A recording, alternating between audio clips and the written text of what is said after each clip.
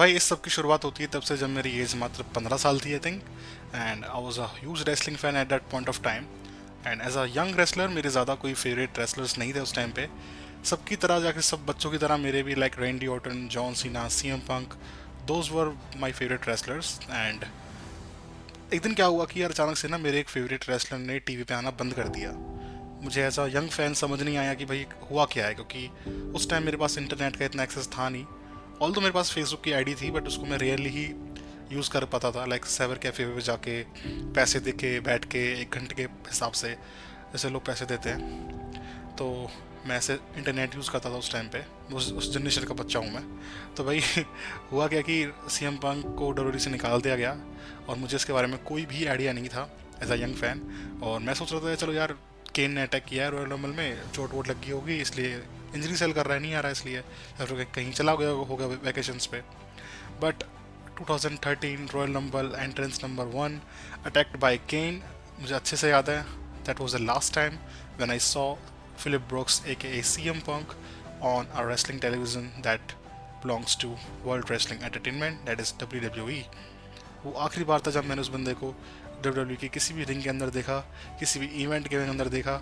वो दिन है और आज के दिन है। आज मैं 26 साल का हो गया हूँ, मेरी शादी हो गई है, बट स्टिल वो अभी तक वापस नहीं आया है। कहीं ना कहीं मेरे अंदर जो वो बच्चा है ना, वो आज भी चाहता है कि भाई सीएम पंक वापस आ जाए। ऑल्दो वो 2 साल पहले AEW में वापस आ चुके हैं, जो कि राइवल कंपनी है WWE की। द थिंग इज भाई देखो, नाम सेम था बंदे का, थीम सॉन्ग सेम था, फिनिशर सेम था, चैम्पियनशिप भी काफ़ी जीती इन्होंने AEW के अंदर, रेंस भी अच्छी थी, मैचेस भी बहुत अच्छे अच्छे दिए, काफ़ी अच्छे अच्छे सुपरस्टार के साथ लड़े। मैं मना नहीं कर रहा, everything is was so good, so perfect, but still मैं उससे कनेक्ट नहीं कर पाया। मुझे नहीं पता मैं क्यों नहीं कर पाया, बट कहीं ना कहीं वो जो मेरे अंदर का जो बच्चा है ना, जो चाहता है कि सीएम पंक WWE में वापस आ जाए, वो उससे कनेक्ट कर ही नहीं पाया। वो उसको ऐसा ऐसा देख ही नहीं पाया कि भाई ये वही बंदा है जिसको मैं इतना प्यार करता था। मैं आपको बताऊं मैं कितना ऑब्सेस था सीएम पंक को लेके। जैसे ही मुझे एक मेरे फ्रेंड ने बताया फेसबुक पे, 2-3 महीने बाद मुझे पता चला कि ये ऐसा कुछ हुआ है and he is not coming back to WWE again. तो मेरा दिल टूट गया, मैं एकदम परेशान हो गया कि भाई क्या करूं, अब सीएम पंक कभी दिखेगा नहीं, वापस नहीं आएगा। तो मैंने ट्विटर पे अपना अकाउंट बनाया and I literally start spamming Phillip Brooks. मैंने बंदे पे इतने मैसेज करे, दे ट्वीट और दे ट्वीट, मैंने उसको पागल कर दिया भाई। एंड आप मजाक मानोगे, मैं स्क्रीनशॉट डाल दूंगा अगर मेरे को मिल गया तो। That guy literally blocked me from his Twitter account. मैं मजाक नहीं कर रहा हूँ, मतलब इतना ऑब्सेस था मैं उसको लेके। तो ये मेरे बचपन की बात थी, उस टाइम बचपना था जो भी है। बट यस, वो जो फैन था जो अपने हीरो को देखने के लिए, क्योंकि ऐसा यंग फैन ना, मेरे लिए ये रेसलर सिर्फ रेसलर नहीं थे, ये मेरे लिए ऐसा हीरो थे, लाइक सुपरमैन, बैटमैन। क्योंकि मुझे उस टाइम रेसलिंग इतनी समझ में नहीं आती थी और मैं एज अ फैन उसको देखता था। मुझे नहीं पता था कि भाई पुश क्या होता है, बुरी क्या होता है, मतलब जो भी रेसलिंग की जो टेक्निकल टर्म्स होती हैं मुझको नहीं पता था उस टाइम पे। मैं उसको एज अ शो एंजॉय करता था। ऐसा नहीं था मैं उसको, मेरे को पता नहीं था कि ये सब रियल नहीं होता, मुझे पता था, but still as a show ही मैं उस सबको एंजॉय करता था। तो भाई वो टाइम है और आज का टाइम है, he actually never come back. And I just said, मेरे अंदर का जो फ़ैन है, जो यंग फ़ैन है, जो मेरा यंग वर्जन है 15 साल वाला, वो अभी कहीं ना कहीं चाहता है कि भाई बंदा वापस आ जाए इन WWE।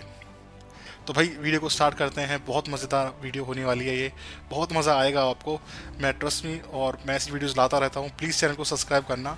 ऑल्दो मैं इस यूट्यूब की जर्नी में नया हूँ, आप लोगों को सपोर्ट मिला तो मैं थोड़ा पुराना भी हो जाऊँगा जल्दी से। तो स्टार्ट करते हैं वीडियो को, लेट्स रोल द इंट्रो।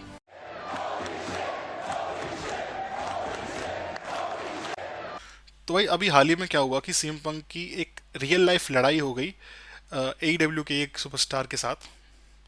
और वो लड़ाई इतनी ज़्यादा बढ़ गई और वो हुई भी ऐसी जगह पे जहाँ पे ऑलरेडी काफ़ी सारे लोग बैठे हुए थे। वहाँ पे टोनी खान थे जो कि आई थिंक मैनेजर हैं AEW के, जो कि मालिक हैं काइंड ऑफ। और वहाँ पे स्टाफ भी उनका काफ़ी सारा बैठा हुआ था and they were fighting in the gorilla position. Like जिन लोगों को नहीं पता मैं बताता हूँ, गोरिल्ला पोजीशन एक ऐसी जगह होती है जहाँ पे एंट्रेंस से पहले एक पर्दा होता है कि भाई इसके बाद तुम मतलब क्राउड को देख पाओगे। तो that area is called the gorilla position. तो वहाँ पे बेसिकली होता क्या है, रेसलिंग इंडस्ट्री में बहुत सारे मैनेजर्स बैठे होते हैं और वो काइंड ऑफ डायरेक्ट कर रहे होते हैं शो को, इंस्ट्रक्शन दे रहे होते हैं वाया माइक्रोफोन और समथिंग कि मतलब ये करो वो करो। तो वो एरिया उसको गोरिल्ला पोजीशन बोलते हैं। तो भाई वहाँ पे लड़ाई चालू हो गई सीएम पंक की, और उन दोनों की हाथापाई के बीच में आई थिंक काफ़ी सारे मॉनिटर्स जो थे वो उनके स्टाफ के ऊपर गिर गए, टोनी खान के ऊपर गिर गए। और इसके बारे में टोनी खान ने नेक्स्ट शो पे बात भी करी, जो कि अगेन शिकागो में था। तो उन्होंने क्लियरली बताया कि भाई देखो, सीधी सी बात है, हमें उस बंदे की वर्थ पता थी, हमें पता था वो बंदा कौन है, क्या करता है, हमारे लिए कितनी टिकट सेल कराता है, बट हम अपने एम्प्लॉयज़ की सेफ्टी, अपनी सेफ्टी खतरे में नहीं डाल सकते। Today I had to make one of the toughest decisions of my professional career. Today I terminated Phil Brooks, CM Punk, for cause. This stems from a backstage incident at AEW All In last Sunday. The incident was regrettable, and it endangered people backstage. That includes the production staff, the people who help put the show on every week, innocent people who had nothing to do with it. I've been going to wrestling shows for over 30 years. I've been producing them on this network for nearly 4 years. Never, in all that time, have I ever felt, until last Sunday, that my security, my safety, my life was in danger. And trust me, this was not the first time जब CM Punk ने ऐसा कुछ किया। पहले भी उनकी young बक्स और Kenny Omega के साथ रियल लाइफ लड़ाई हुई थी लॉकर रूम के अंदर, तब भी दोनों को सस्पेंड कर दिया गया था। बट दोबारा जब ये कुछ हुआ तो AEW वाले नहीं रोक पाए अपने आप को, उन्होंने WWE को कम्प्लीटली फायर कर दिया कंपनी से ही। जैसे ही उनको फायर करा भाई, जो रूमर्स वाली जनता होती है, जो रेसलिंग फ़ैन है WWE के, उनके मज़े आ गए। उनको टॉपिक मिल गया बात करने के लिए कि भाई अब बंदा कहाँ जाएगा, कहीं तो नौकरी करेगा, कहीं तो जाएगा ही, और रेसलर तो रेसलिंग ही करेगा। पर भाई क्वेश्चन आता है कि यार जाएगा कहाँ? Is he going to impact wrestling, is he going to NGPW, और he is coming back to WWE, जो कि सबसे बड़ा सवाल था। भाई मैं रूमर्स में इतना नहीं मानता हूँ, क्योंकि मैं बहुत बार धोखा खा चुका हूँ इन सब चीज़ों से। तो मैं नॉर्मल लेता हूँ कि चलो ठीक है, ये जैसे एक ट्रेंड चला रखा है रेसलिंग फैंस ने, जैसे कि जो रेसलिंग यूट्यूबर्स हैं, पॉडकास्ट हैं, इतनी जो पोस्ट चलती हैं, इतने जो ब्लॉग्स लिखे जाते हैं, इनको बढ़िया पैसा मिल सके, इनसे इनकी मोटी कमाई हो सके, तो ये इसलिए ये कैंपेन्स रन करे जाते हैं कि भाई रूमर्स फैलाओ कि बंदा वापस आ रहा है। मैं इतना नहीं मानता हूँ इन सब चीज़ों में, मुझे पता है ये सब चीज़ कैसे वर्क करती है, कौन फैलाता है कौन नहीं करता, सब पता है मेरे को। बट द थिंग इज़, जब WWE ने खुद से इनको सीएम पंक को टीज करना चालू करा, एक बार किया, 2 बार किया, 3 बार किया, जब बार बार वो चीज़ होने लगी, तो देन आई रियलाइज कि अरे यार, ये तो सच में हिंट दे रहे हैं कि भाई yes, CM Punk is coming back to WWE। और उन हिंट की बदौलत, उन रूमर्स की बदौलत, और भाई ना तो सर्वाइवर सीरीज का अभी कोई मैच अनाउंस है, ना कोई बंदा भी अनाउंस है, कौन लड़ेगा, किससे लड़ेगा, क्या मैच होगा, कोई किसी को कोई आइडिया नहीं है। बट स्टिल सारी टिकट्स बिक चुकी हैं जस्ट एक रूमर के बेस पे। सोच रहे हो कितना बड़ा हाइप है उस बंदे का। भाई शिकागो क्राउड नेक्स्ट लेवल होता है। I think Chicago is the best crowd in the wrestling world. और ये लोग, मैं नहीं बोल रहा हूँ, सब बोलते हैं, एज अ रेसलिंग फैन बहुत सारे लोग बोलते हैं, कंपनीज भी बोलते हैं, द शिकागो क्राउड सबसे बेस्ट होता है। और जहाँ बात उनके फेवरेट सीएम पंक की आती है, दैट क्राउड इज़ क्रेजी।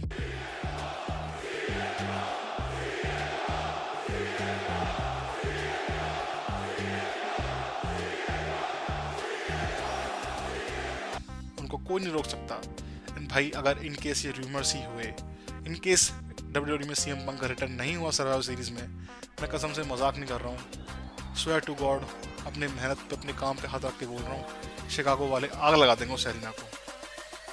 मैं सही बता रहा हूँ, वो आग लगा देंगे, वो आग लगा के चले जाएंगे, मैं मजाक नहीं कर रहा हूँ। इतना वाइल्ड क्राउड है वो। तो भाई यही सीन है, यही चीज़ का मेरे को डर है कि यार बस ये ना हो कि that he is not coming back. But मुझे लगता नहीं है कि ऐसा कुछ होगा, क्योंकि जब एक कंपनी खुद ही बोल रही है कि भाई वो आने वाले हैं, तो वो आएंगे ही obviously. Like they are teasing him in promos, in commentary, commentators also teasing him, Seth Rollins tease him, Michael Cole tease him, मतलब काफ़ी सारे लोगों ने उसको टीज़ किया है। एंड केविन ओन्स ने भी लास्ट स्मैकडाउन में उसकी टी शर्ट पहनी हुई थी, लाइक उसके जैसे स्टाइल की टी शर्ट पहनी हुई थी। लाइक अब जो लोग ईस्टर एग के बारे में जानते हैं, जो लोग थोड़ा बहुत गेम्स खेलते हैं ना, उनको समझ में आएगा कि भाई ईस्टर एग्स क्या होते हैं, रेफरेंसेस क्या होते हैं। तो उन सब चीज़ों के लिए ना हिंट नहीं होता, ये इतना ही काफ़ी होता है कि भाई बंदे ने टी शर्ट डाल ली, उसकी डिज़ाइन एकदम वैसी है जैसे सीएम पंक की हुआ करती थी जब वो डोरी छोड़ के गए थे। इवन अभी रिसेंटली AEW में भी उन्होंने सेम स्टाइल की टी शर्ट पहनी, लाइक विद ब्लैक बॉर्डर। तो भाई जो भी है, टीज किया जा रहा है बंदे को, मोस्ट प्रॉब्ली आएगा ही आएगा, सबको पता है। तो भाई बात यह है कि क्या वो रिटर्न नेक्स्ट लेवल हो पाएगा, क्योंकि ऐसा नहीं कि ये चीज़ पहली बार हो रही है। 2 साल पहले ऑलरेडी AEW के अंदर सीएम पंक रिटर्न हो चुका है, जहाँ की AEW वालों ने बहुत बढ़िया किया सीएम पंक के लिए। उनका होम टाउन का क्राउड बुक किया, एक नया शो इंट्रोड्यूस किया उनके लिए, पूरा शो सोल्ड आउट हुआ, and people was literally crying there. लोग रो रहे थे भाई, लोग चिल्ला रहे थे, people was going crazy in that arena. अब WWE के ऊपर बात आती है कि भाई वो इससे बड़ा क्या कर सकते हैं। लाइक जो एक बेंचमार्क AEW ने सेट किया है एक रेसलर के रिटर्न के लिए, बट अगर हम उसी सेम सुपरस्टार को लेके WWE में रिटर्न कराते हैं उसका, तो फिर वो लोग कितना ऊंचा ऊपर जाते हैं और क्या कर सकते हैं, वो चीज़ देखने लायक होगी। मैं तो भाई बहुत ज़्यादा एक्साइटेड हूँ सर्वाइवर सीरीज़ को लेके। आप लोगों को मेरे को आइडिया नहीं है, बट मैं तो बहुत ज़्यादा एक्साइटेड हूँ शो के लिए। तो भाई अब बात करते हैं वो रीजंस के बारे में जिसकी वजह से CM पंक ने WWE छोड़ी या फिर उनको निकाला गया। तो भाई मैंने इंटरनेट पे काफ़ी रिसर्च करी इस बारे में। कुछ चीज़ों के बारे में मेरे को पहले से ही पता था, कुछ चीज़ें और एड ऑन हुई। लाइक उनकी वेडिंग के दिन निकाला गया, लाइक उनके सेम डे उनको फायर कर दिया गया जिस दिन उनकी शादी थी। उनको उनके जो रॉयल्टी चेक्स होते हैं वो नहीं दिए गए, उनको पुश नहीं दिया गया। लाइक जो उनकी रेंज थी 434 डेज वाली, उसको ज़बरदस्ती पूरा ख़राब कर दिया गया रेसलमेनिया से पहले, क्योंकि दारोक आने वाले थे। Like bunch of part timers की वजह से उनका करियर ख़राब करा गया WWE की तरफ से। उनका ये बोलना है कि भाई मेरे को रेसलमेनिया मेन इवेंट करना था एज अ चैम्पियन, मेरे को किसी अच्छे से बंदे से लड़ना था जो कि रॉयल रंबल विनर होने वाला था। बट उन्होंने क्या किया, दारोक को बुलाया, रॉयल रंबल में हरवाया, बेल्ट दारोक के पास चली गई, फिर जॉन सीना के साथ चैंपियनशिप मैच करवाया, जो कि एक नॉर्मल मैच भी होता तो भी कोई दिक्कत नहीं थी। बट जॉन सीना वर्सेस दारोक second time was completely baseless. मैं आज भी एज अ यंग फैन भी अगर मैं बात करूँ तो भी मुझे वो चीज़ पसंद नहीं आई थी भाई। लास्ट ईयर मैंने वो चीज़ देखी, उससे पहले भी रेसलमेनिया में दामिस को हेल्प करी दारोक ने आके। तो भाई that doesn't make any sense. और जिस चीज़ को हम एंजॉय कर रहे थे, that 434 days rain of CM पंक, उसको आप हटा रहे हो just because of that part timer. जो भी है भाई, एज अ रेसलिंग फैन भी मैंने वो चीज़ एंजॉय नहीं करी एज अ रेसलर, और एंड एज अ रेसलर भी CM पंक ने वो चीज़ बिल्कुल भी एंजॉय नहीं करी भाई। जो CM पंक का 434 डेज का जो रेन था ना, वो ऐसे ही नहीं था। वो बंदा लिटरली फाइट करता था हर शो पे। इवन रॉ स्मैकडाउन जैसे शो पे भी उसने TLC मैचेस दिए हैं, वो भी रैबैक जैसे बंदे के साथ। तो भाई बंदे ने बहुत मेहनत से अपना वो 434 डेज वाला रेन बनाया। नॉट लाइक रोमन रेंस की बस इवेंट शोज पे लड़ रहा है, स्मैकडाउन रॉ पे को मतलब ही नहीं है। भाई बंदे ने अपनी चैंपियनशिप डिफेंड करी है टाइम टू टाइम, तब उसने वो 434 डेज की रेन कमाई थी। बट WWE वालों ने क्या किया, उसको हटा दिया, उसको हरवा दिया दारोक से, जिससे कि जॉन सीना और दारोक का मैच सेटअप हो सके रेसलमेनिया के लिए। मतलब वो चूतिया है, वो पागल है, वो पागल लगा हुआ है इन सारे दिनों से। तो भाई ये सब जो चीज़ें हैं, ये सब रेसलिंग जगत में चलती रहती हैं। रेसलर्स को कभी कुछ चीज़ पसंद आती है, कुछ चीज़ पसंद नहीं आती। मैं उसके ऊपर नहीं आ रहा हूँ, बट ये जो चीज़ थी वो एथिकली बहुत ज़्यादा गलत थी। या तो आप किसी बंदे को पुश ही मत करो, उसको मत ही दो 434 दिन के चैंपियनशिप रेन, या फिर देते हो तो उसको एटलीस्ट रेसलमेनिया तक लेके जान दो, या फिर उसके मन में जो उसकी इच्छा है कि मुझे रेसलमेनिया मेन इवेंट करना है, वो चीज़ भी नहीं हो पाई। तो भाई ये कुछ कारण थे जिसकी वजह से CM पंक हेट करते हैं काइंड ऑफ उस जगह से, उन वहाँ के लोगों से, वहाँ के एनवायरनमेंट से। बट जब से SSS क्रिएटिव कंट्रोल बने हैं, तब से CM पंक थोड़ी पॉजिटिव फील करते हैं इस सब को लेकर। वो मानते हैं कि SSS एक बढ़िया बंदा है, वो क्रिएटिवली बहुत प्रोडक्टिव है। उन्होंने NXT देखा है जो पूरा SSS करते थे एडम कोल के टाइम वाला, दैट वाज द बेस्ट। उसके मैचेस बेस्ट होते थे, स्टोरी टेलिंग बेस्ट होती थी, प्रोमोज बेस्ट होते थे। एंड अभी की डेट में SSS ही रॉ और स्मैकडाउन रन करते हैं, जो कि काफ़ी सही जाते हैं, मतलब ठीक ठाक जाते हैं। रॉ इतना अच्छा नहीं जाता, बट स्मैकडाउन ठीक जाता है। जो भी है भाई, तो as a creative head CM Punk उस चीज़ से खुश हैं, तो शायद हो सकता है कि उस चीज़ को माइंड में रख के अपना मन बदल के वो वापस आ जाएं। बाकी यार कितना बड़ा होगा इनका रिटर्न, ये चीज़ वो टाइम बताएगा, क्योंकि जैसा कि मैंने पहले बताया कि एक बेंचमार्क सेट ऑलरेडी कर दिया है AEW वालों ने। अब किसको कैसे तोड़ेंगे, क्या क्रिएटिवली करेंगे, क्या दिखाएंगे, क्या वो आने वाले हैं, क्या नहीं आने वाले हैं, दोनों ही क्वेश्चन है। बट मेरे अगर आप मुझसे पूछो तो yes he is coming back, no doubt. तो भाई मिलते हैं आपसे नेक्स्ट वीडियो पे। आई होप कि आपको वीडियो पसंद आई होगी, आपको मज़ा आया होगा इस वीडियो को देखने में। और भाई चैनल को सब्सक्राइब कर देना। मैंने देखा कि बहुत सारे लोग चैनल वीडियो देखते हैं बस सब्सक्राइब नहीं करते, that is a very bad thing first of all. तो भाई इसको सब्सक्राइब करो चैनल को। मिलते हैं नेक्स्ट वीडियो में।